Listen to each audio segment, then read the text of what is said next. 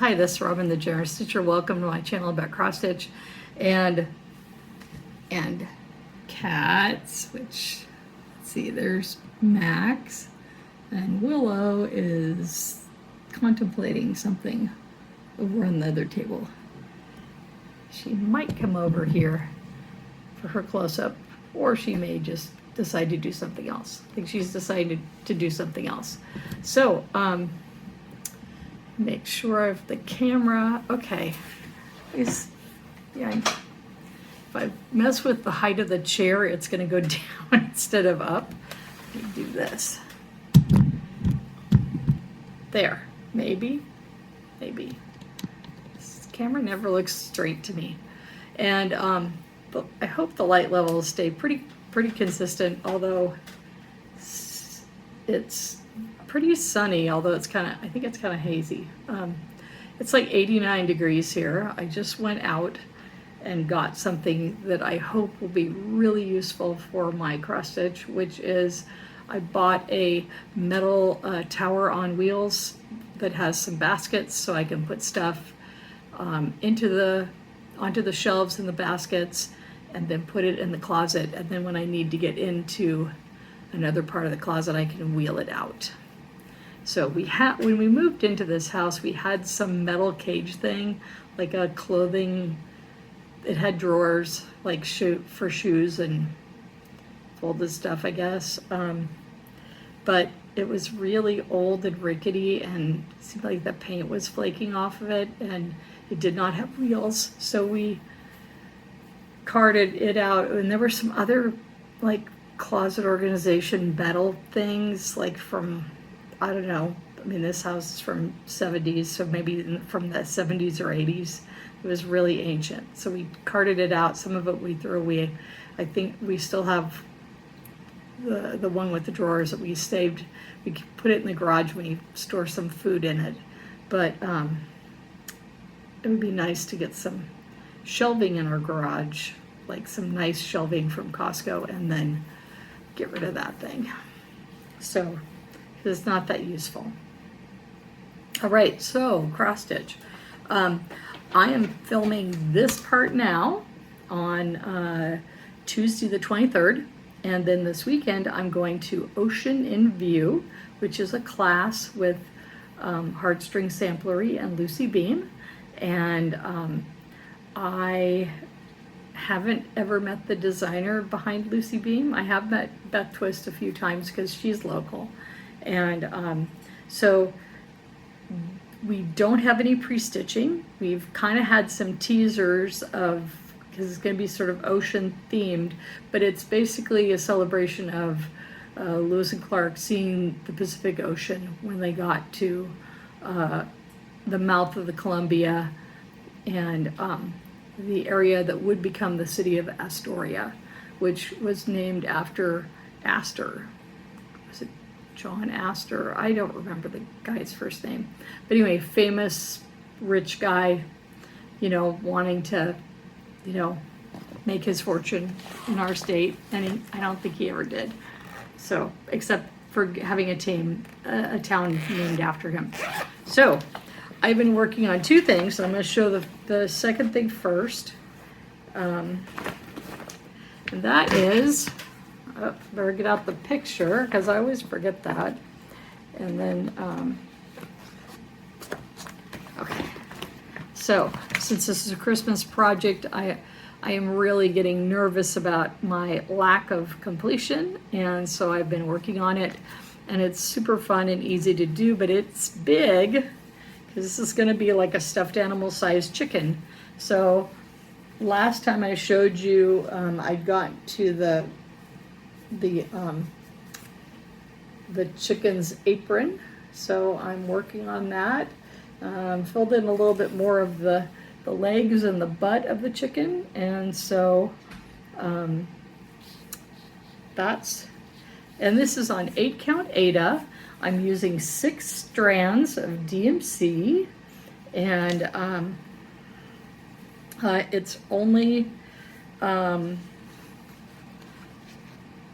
don't think the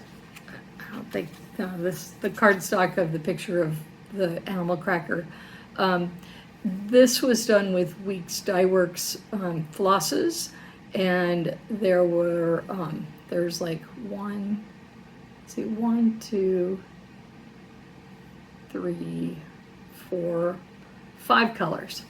I'm only using, I think, 4 colors, because I've got the feet, I've got the red that'll be the comb of the chicken, and or maybe that is 5 colors, and then I've got a sort of a whitish, grayish white or whitish gray. It's sort of silvery for the part of the feathers, and then this is a smoky.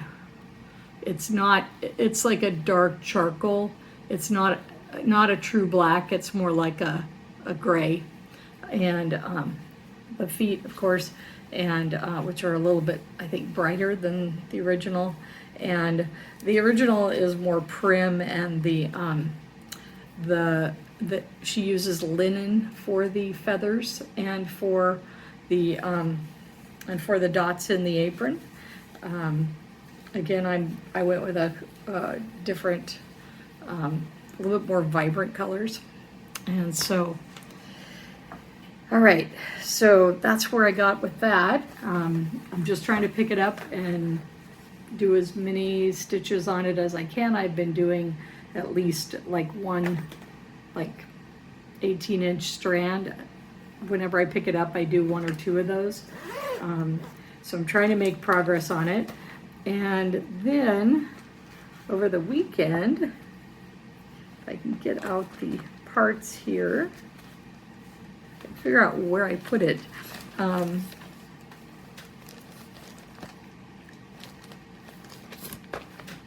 I put it in there, or did I put it in here? I put it in there. Okay. So I centered my next piece of perforated paper, and this is the needle. These are magnetic from Wonder Stitch UA, Ukrainian company on Etsy, and someone told me there was an American shop that was selling these, and Acorns and Threads actually ordered some, and we'll have them in the shop at some point. So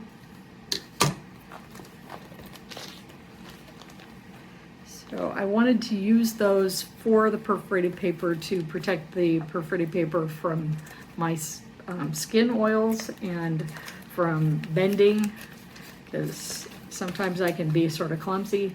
And so I did the first or the second. There's two sides of this. And so for the 30 Acorns class, you make 2 sides of the perforated paper. There's my side.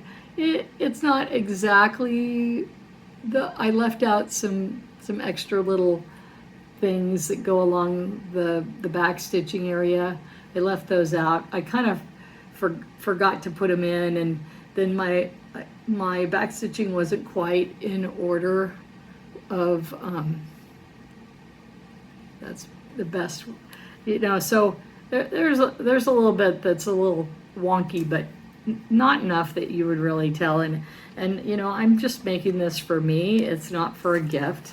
And I've used some of these classes and the things that I do for me as more of a learning experience, and so I can improve. And so I'm next working on the one that has letters. And so I was hoping that would be easier, because these leaves drove me to distraction. I mean, they just, I don't think any one of these are exactly symmetrical and alike. Yeah. And I had to it's like I would stitch along, and then I'd realize I'd completely screwed up, and I'd have to unpick like a leaf, like in part of most of a half of a leaf. And so I did that 3 times on the first half a leaf that I did. I did at least twice on the second half a leaf. Then the third and the fourth weren't quite as bad. There were a few things I had to undo. And then one thing that I was like, screw it, I'm just leaving it in backwards. And,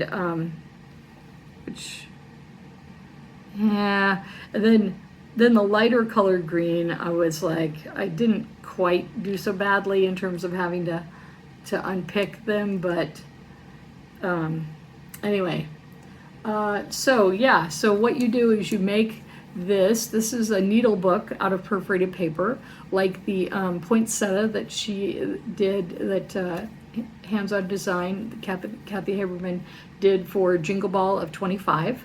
And then there is this part you put in the box, and we're gonna make this box. And so the box is day one of the class, and then putting together the needle book and cutting it into the shapes and stitching it and stuff is day two. So I'm gonna get this part done. The class is in, let's see, it's in 1 month from today. Actually 1 month from tomorrow. But I basically put on my deadlines that it's due on the 23rd of July. So I don't have to, and I'm going to try to get it done maybe the weekend before, so that and if you don't get these other pieces done in time, it's okay, because they just go in the box or in a hidden compartment of the box. So anyway,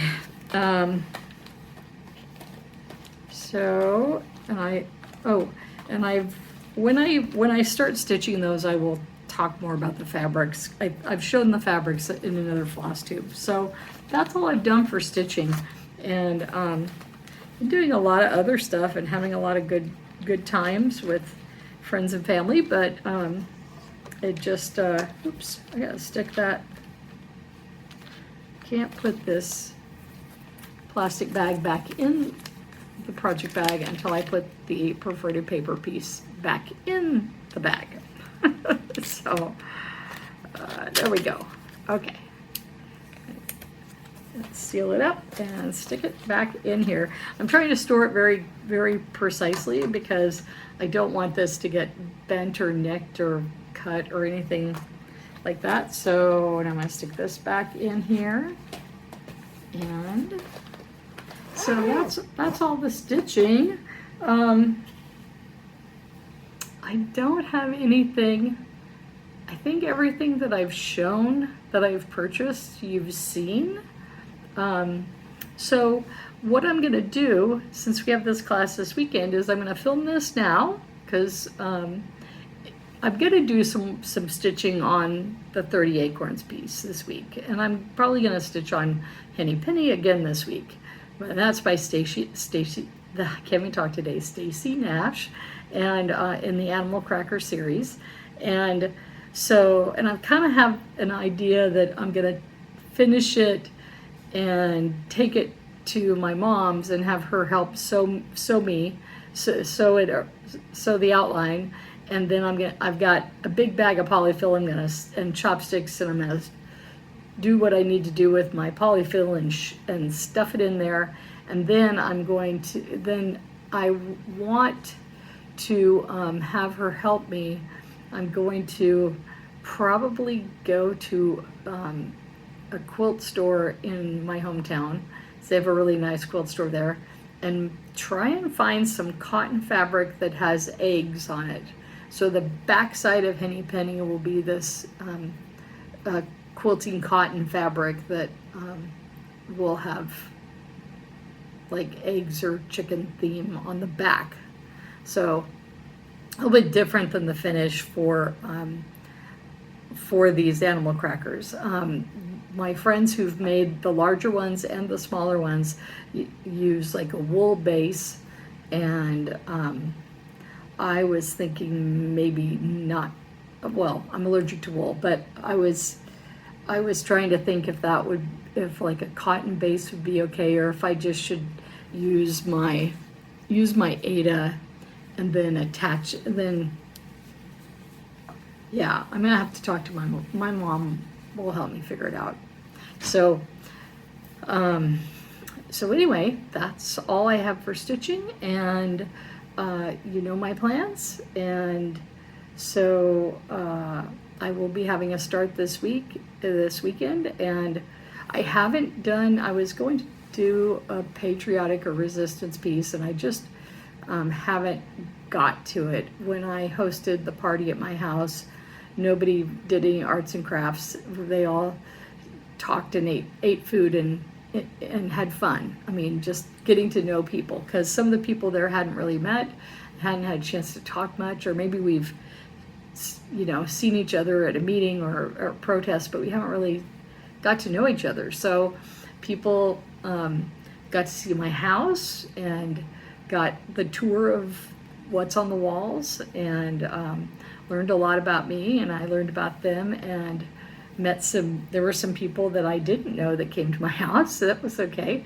But because everyone was welcome, and I got to see a neighbor I hadn't seen for I've seen her a couple times a year since we moved in, and she lives just 2 houses across the street from me. So it was really nice to meet people, and you know, the spouse met people and had some really fun conversations.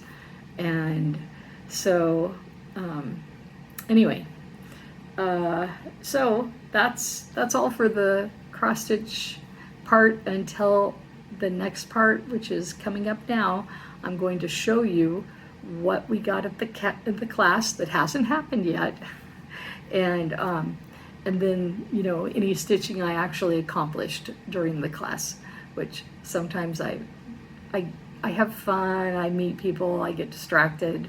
I'm hoping, there's nothing that I need. The only thing I bought, I guess, the last time I went to the shop, because I went to the embroidery group with Jolynn on Friday on Juneteenth, and I just stitched on the 30 acorns and got the oak leaves done.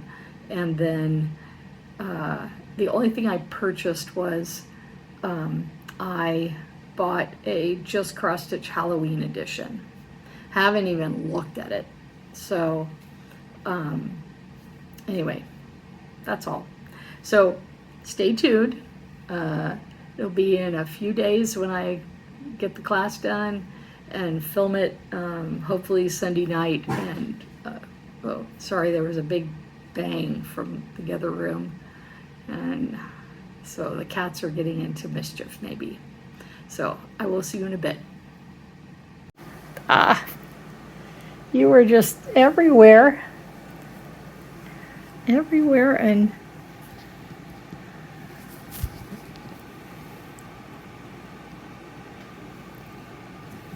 oops, let's do the wrong way. There, Willow's getting some dinner. Max is watching because he's gonna go push her out of the way. Yep, there he goes. Because he's like, I'm the big bad kitty, and you gotta wait. That's just how he rolls. Okay, gotta stop and get back to cross stitch. Max got a snack. He's a good boy.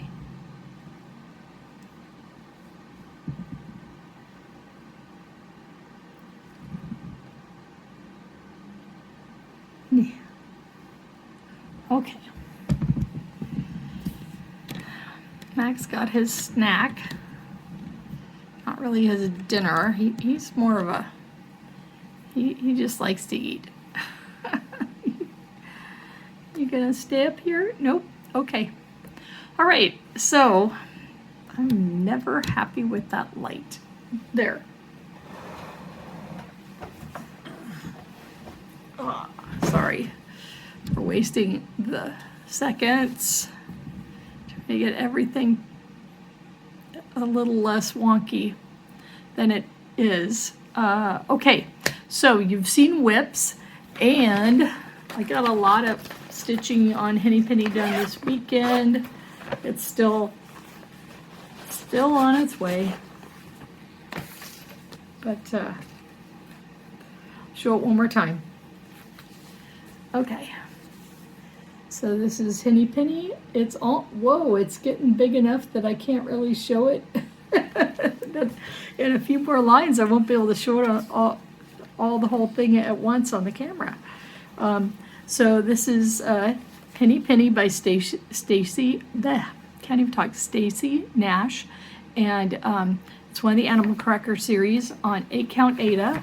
I'm going to make it into a stuffed animal, and I'm going to basically, you know, put interfacing on the back, and then I'm going to, you know, cut a border, and then I'm going to have probably my mom help me sew some quilt fabric onto the back of it. And I talked to some people who are quilters and who've done a lot of their finishing this weekend when I was at my class, and people thought that would work. So good.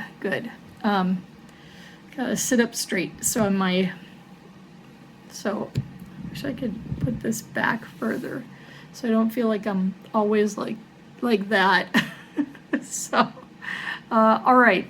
So, yes. So, ocean in view. Oh, let's see if I can get all this stuff out of the. Okay. That's for another segment if we get to it. All right. And so, Ocean in View was a joint class between Heartstring Samplery and Lucy Beam, and Megan, Becky's daughter, who she and her husband do Lap and Loops fabrics. They were at the retreat helping out her mom, and also stitching and having fun with the rest of us. So I'm gonna show things that we had at the shop, because it turned out there was a trunk show of Lap and Loops, and I love their fabric. And so I was able to show Becky, or I was able to, not Becky, I was able to show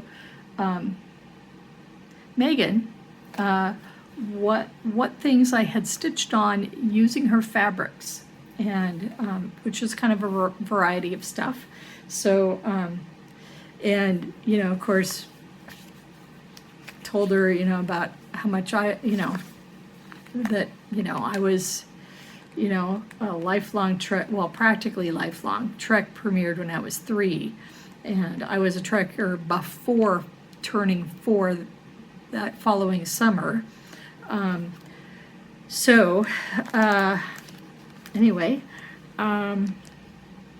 so let me dig out, or did I already pull it out? Okay.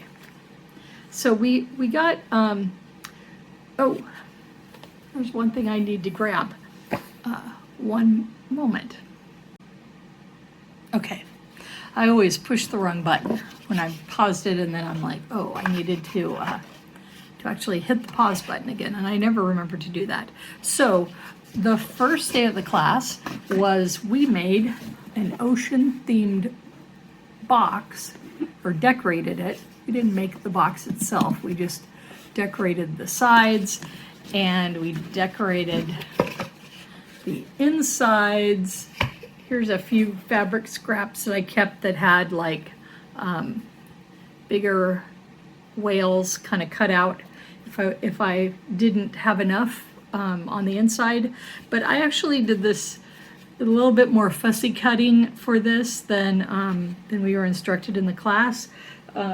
So the way you did it is you had your whales on the outside, then you fold it over. Well, that would mean that the whales on the inside were upside down, and I didn't want to do that. So I fussy cut this so I could have belugas on the outside, and then I put a cut strip on the inside so I could have like a narwhal, oops, I'll get the other stuff out here. So some other kinds of, there's a whale shark, or I think that's a whale shark, not a whale. But there's a sperm whale, and there's some It might be a blue whale, kind of looks like it. Although I've only seen a blue whale one time, and that was a long ways off, but we could tell what it was because blue whales occasionally show up off the coast of Oregon. And this was at Uquinna Head. I've mentioned that before when I showed a pattern of the lighthouse there. And there were a whole group of people, like with binoculars watching and telescopes watching the whales. And someone said, yes, that's a pod of blue whales, because blue whales are the largest whale, and they are slightly blue. So you could kind of tell that they're that big compared to the other whales, because there were other whales like gray whales swimming past. So anyway, so yeah, there's the narwhal. And then there was this little thing that looked kind of like a weird, like a weird mermaid or dolphin or something. We couldn't really tell what that was supposed to be compared to, narwhals are not that big. So I'm really not sure what that was supposed to be. And then on the bottom, I put jellyfish. So these were the two fabrics that we could choose from. And so then, and then the inside there was a divider that came with the box, and so a little piece of fabric or something. So anyway, this one I did fold over, so the whales are one side and then they're upside down. I thought they were upside down. Yeah, they're upside down. Oh, if you flip it over. If you don't flip it over, you see they're upside down.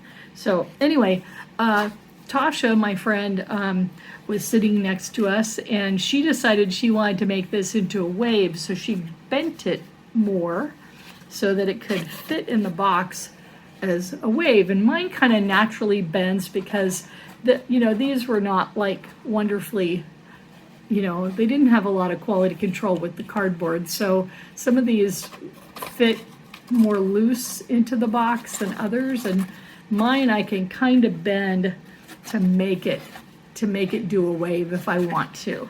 So anyway, and then the second day of the class we made strawberries to go in our box. And I did not make the strawberry, and I will tell the story in a minute. So then we got this piece of cardboard that goes, I think this might have come with the box, like, I don't know. And you can get these boxes, and I think they might have put information about where you can buy these boxes. They did come already colored blue. And but this circle is what you're going to mount, the stitching that you're going to do to put on the top of this box. So you'll have a stitching to put there eventually, and I'll show you the pattern, and I'll show you how far I got, which was not very far. This Ocean in View was a piece commemorating the, it's not really a special date, but commemorating Lewis and Clark reaching the mouth of the Columbia and the Pacific Ocean and finally seeing the ocean. And actually they thought they saw the ocean, but they really saw something else. It was probably the Columbia. I don't know. But Ocean in View, oh, the joy, is what William Clark wrote in his journal. And so this is the pattern by Heartstring Samplery. And I started in the middle and started doing the whale. It is stitched on jackalope, which I have at home, and I got a piece of it to stitch both of the pattern, well, one of the patterns that we got. But I decided, I do love jackalope. It's this kind of pinkish pinkish clay color. It's not as golden and brown as some of the other neutrals, and it's got a really nice model. It's Lap and Loops fabric, and this was on 32 count, which is great. And so I decided to, well, before we got the pattern, we had a little bit of time as we were doing different things, and after we got our boxes with all the fabric, and you can see I still have some tacking down of the fabric with my fussy cut to finish. But the scissors that we had as a group were not that sharp, and I wanted to take some of my fabric scissors and better cut the edges off and then glue them down. We used like decoupage glue to slather everything, and it's still it doesn't smell that much like glue as it did on Saturday night when I brought it home. But anyway, so we have a whale box for a whale pattern, and like I say, they gave us this nice neutral, which I definitely will use for something, because like I say, I have jackalope. I've already got some things I'm gonna stitch with it, so this will get used. But I went into the shop because they had a trunk show of Lap and Loops fabrics, and I love their fabrics, and so I went to the trunk. I went and looked at what they had in the trunk show, and I picked up 3 things that are not neutrals, but all of them match the box and match the ocean life in the box. So this is Pusher Cerulean. If you're an X-File, you know. And I've wanted to get a piece of this for a long time, and it was part of the trunk show. And so that one definitely would match the box. And then there were 2, and it's hard to see in the camera, but this one is sort of a greenish, grayish blue. That's the color of the Pacific Ocean off Oregon most days, especially when it's not sunny. And then this one is a more of a mossy, sagey green, but they are both the same color. It's just this is Lugana, and this is, I believe this is Lugana, and this one is linen. So the greener one, if you get this Old Man's Beard, that's the color. This is a 32 count, and this one is also 32 count. So if you get the linen, it's going to be greeny. It's going to be really green, not a hint of blue in this.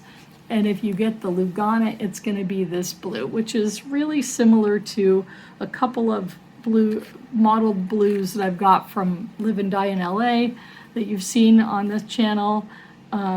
It's kind of like Winter in My Heart. Not exactly. It's a little bit more gray than Live and Die in LA. So anyway, so I had these 3 colors that match. I take the lid of the box off, and Willow's like, "Ooh, what are you doing? This looks so fun." And she's just itching. So if you look at the different whales, the whale, lay it across here, you can see this whale fabric does, and the blue in here, they really do match.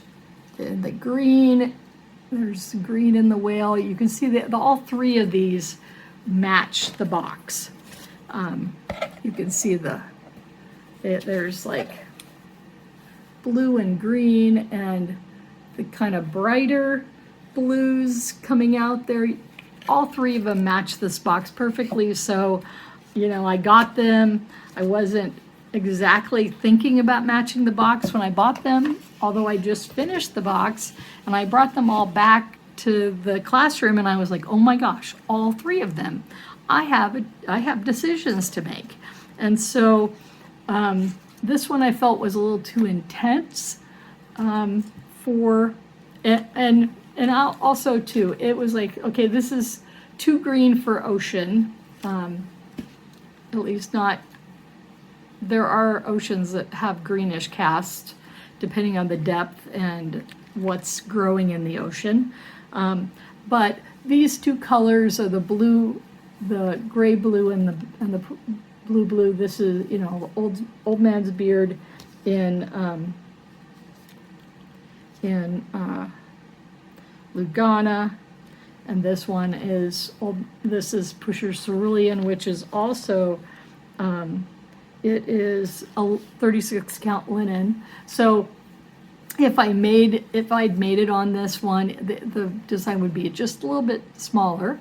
But anyway, I was looking at this and I told Beth Twist this because, you know, she's an Oregonian and she's been to the coast probably as many times as I have or more. And I've been to the beach a lot. When I grew up, my dad had a boat that he got from my grandpa. And it was the Sea Robin, and we went out on the ocean, deep sea fishing and crabbing and all sorts of stuff all the time when I was like a toddler. The earliest memory I have is waking up underneath the instrument panel of the boat in my sleeping bag. Happiest memories. So anyway, so I was looking at this and I told Beth Twist, I said, yeah, you know, both of these would be appropriate for the Oregon coast, but would it be a super sunny day or would it be a typical Oregon coast weather? And we both laughed because we knew typical Oregon coast weather. So that was the choice, and I will show you the center start, and it's this way. So that's the center start of that whale that looks like a gray whale. Yes, it looks like a gray whale. So anyway, the you know, you can see some of the, I think this is supposed to be kelp. There's a seahorse, a crab, a sea star. Oh, and good news, like about 13 years ago or so, we had a huge die-off of, apparently it was like 1 billion or several billions of the large, giant well, we always call them sunflower sea stars. Up here, I think they have a slightly different official common name.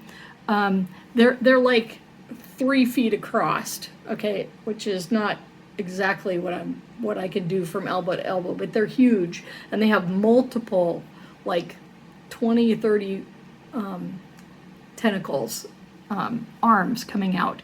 And so they died off because there was some kind of a infection that they had, and it really decimated the population, which is bad because green sea anemones, which are in the next pattern I'm going to show you, green sea anemones eat kelp, and kelp are the forests.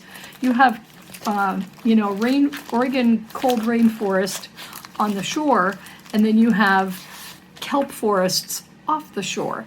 And so these are green sea anemones with a few special stitches on Lucy Beam's pattern. So she made us a needle roll kit, and I'm trying to find a picture of the whole thing.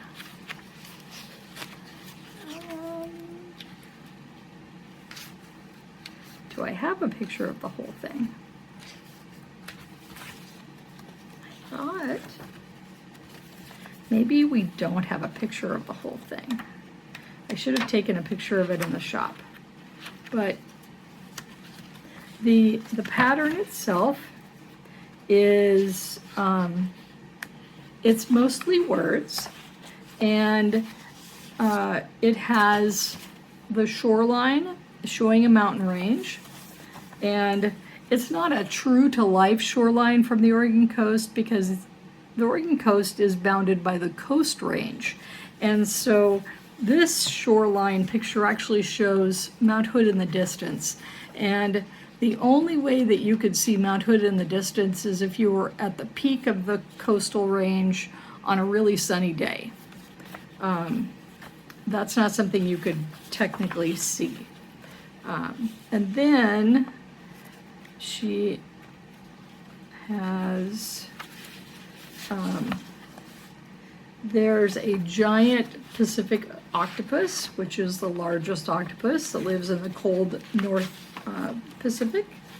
And so she says the Great Pacific Ocean, which we have been so long anxious to probably see. Oh, and there's also a jellyfish, and like I say, there are those green anemones, which the color on this pattern, oh, there it is. It's a tiny picture. So the color from the photo is really close to the actual color. It doesn't look quite so close. Kinda. So sea anemones, an octopus, a jellyfish, probably a moon jelly. We were talking about those in the class. And then, so then there's a mountain and some trees down here. And this is, the words here are from the journal of William Clark, who I may have mentioned before.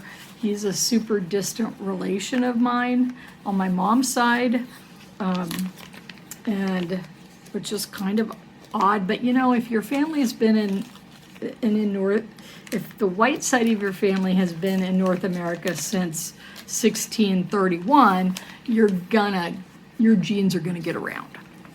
Just saying. And my dad's side of the family, well, his dad's side of the family, that name was invented in America by a Swedish immigrant to the Swedish colony, which became Delaware.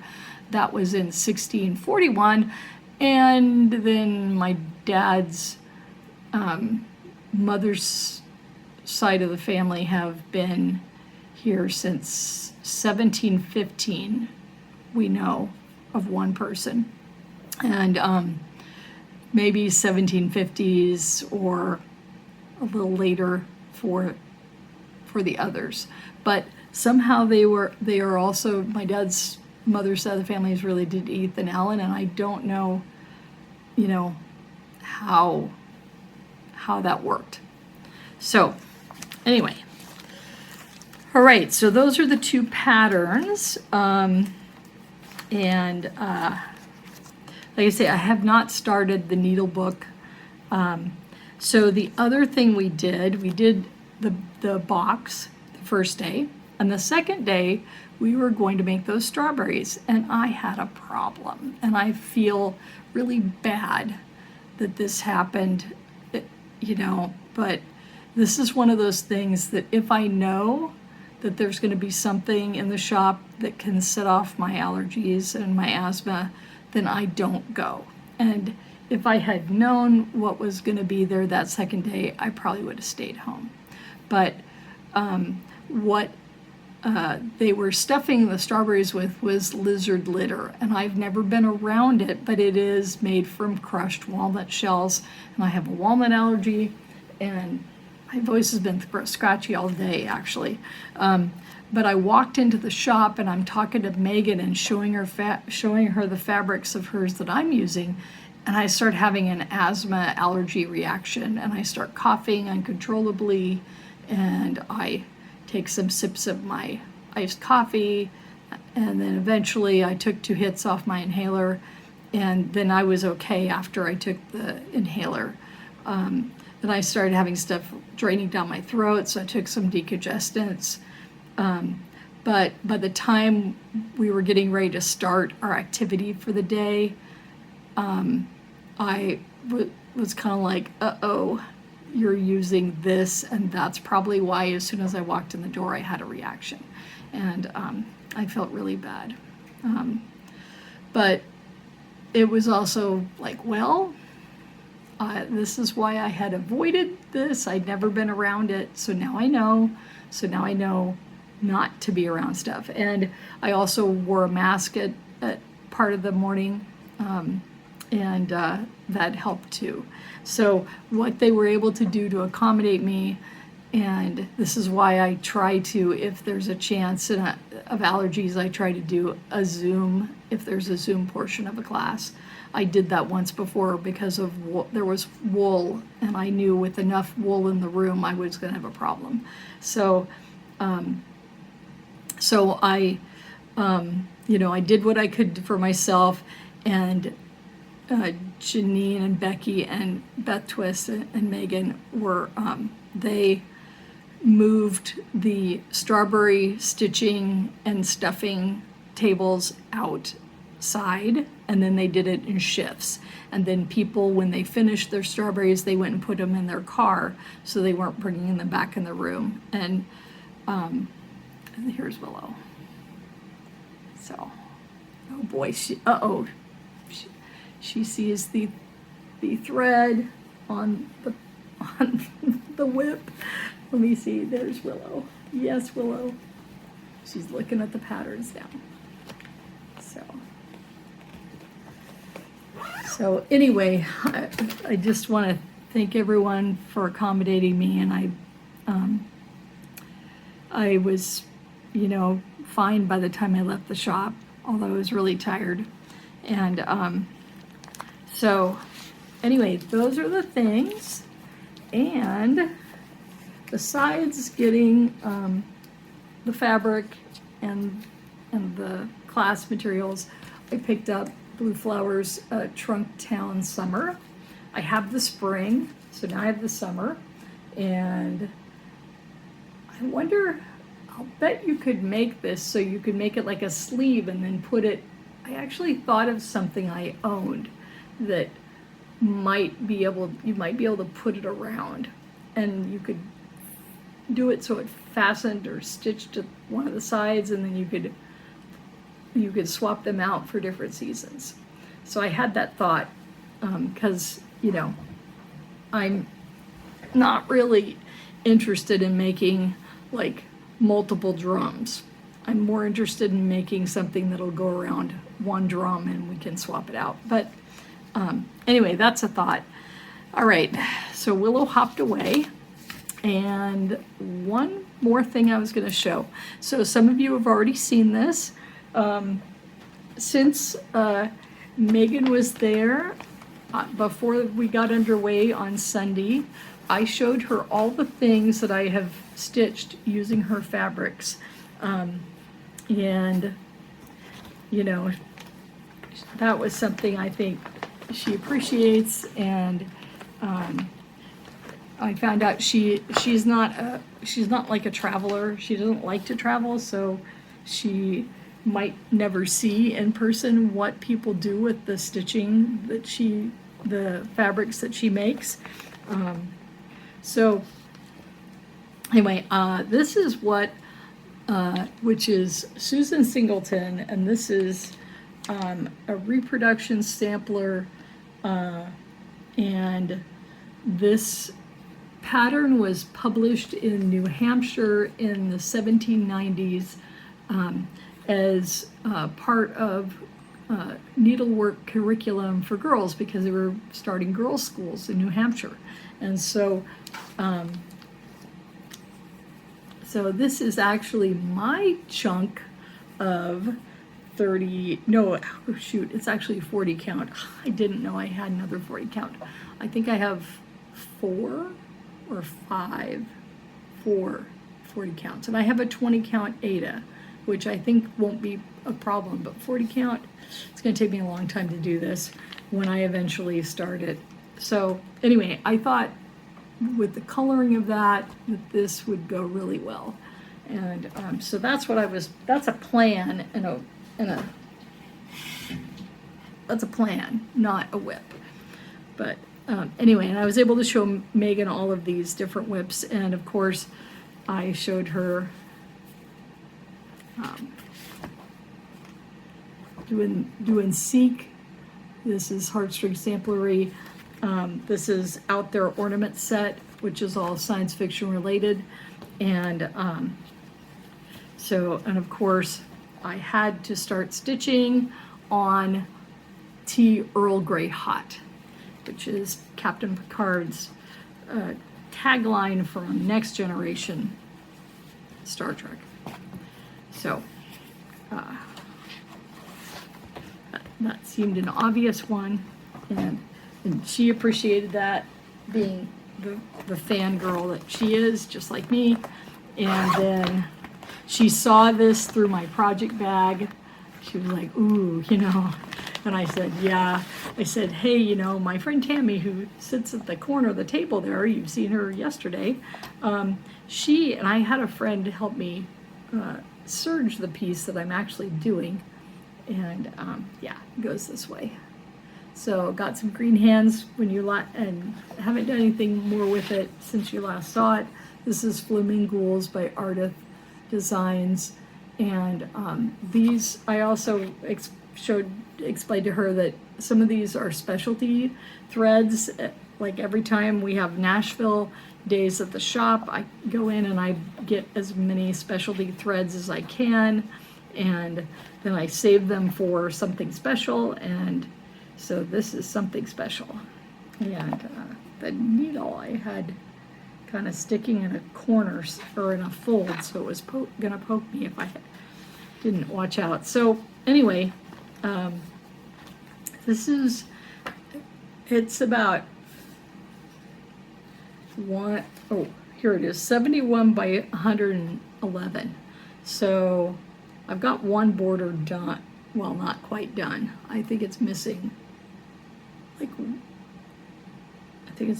one color. So anyway, I've bounded it with border at the bottom and starting around the top, or around the corner, so I know I can count better. And then I still have this huge, you know, big chunk and a smaller chunk, and that are now serged. And so I could actually put that back in my stash and take them out of the project bag. That's something. There, Willow, you can chew on it. Not.